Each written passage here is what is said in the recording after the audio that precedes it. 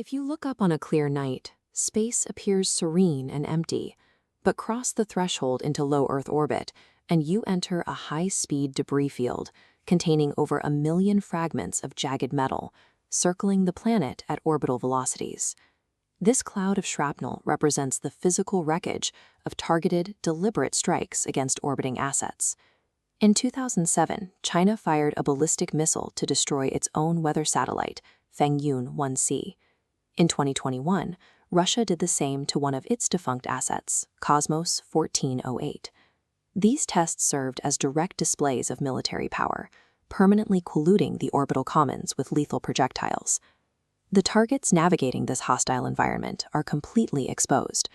Modern society relies on these satellites to route global telecommunications, synchronize financial markets, and broadcast the GPS signals that keep supply chains moving. Low Earth orbit has become a contested shadow war zone. To understand the stakes of this escalation, we have to look at the specific arsenal being deployed and the strategic motives driving nations to arm the heavens. The United States military integrates satellite technology into almost every single daily operation, from troop navigation to precision drone targeting. Because the U.S. relies on orbital infrastructure more heavily than any other nation, space provides a truly massive tactical edge. That exact reliance also creates a severe asymmetric vulnerability. Adversaries like China and Russia clearly recognize they do not necessarily need to match American aircraft carriers or tank divisions. If they disrupt the satellite networks guiding those forces, they can neutralize a conventionally stronger opponent. Militaries have developed kinetic ASAT weapons, ground-launched missiles designed to ram and shatter orbiting targets.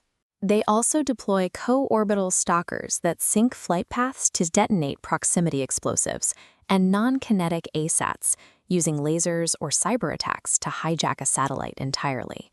Because satellites move in predictable paths and are incredibly difficult to defend, these physical and digital weapons create an offense-dominant environment.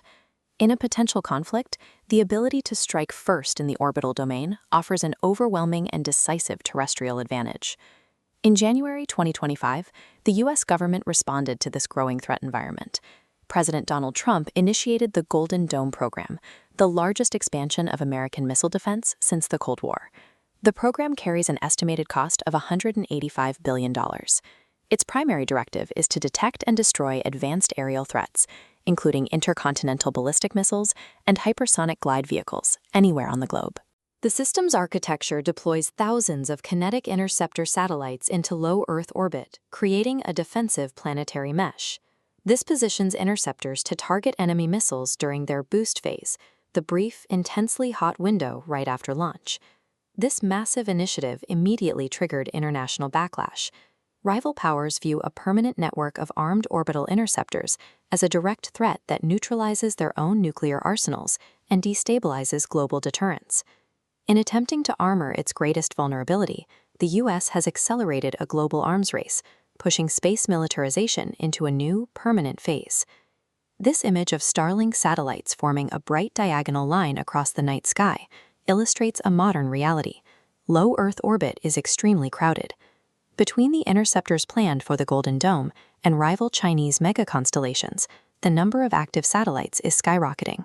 This extreme density amplifies the risk of an existential threat known as the Kessler syndrome. The mechanics of the syndrome are straightforward. If a kinetic weapon strikes a satellite in a crowded orbit, the resulting debris cloud moves fast enough to shred nearby assets. Those secondary impacts create more debris, triggering an uncontrollable, exponential chain reaction of collisions. A full-scale cascade would turn low Earth orbit into a lethal, impassable cage. It would instantly blind modern militaries, crash global financial markets, and sever the communications infrastructure that entire continents rely on.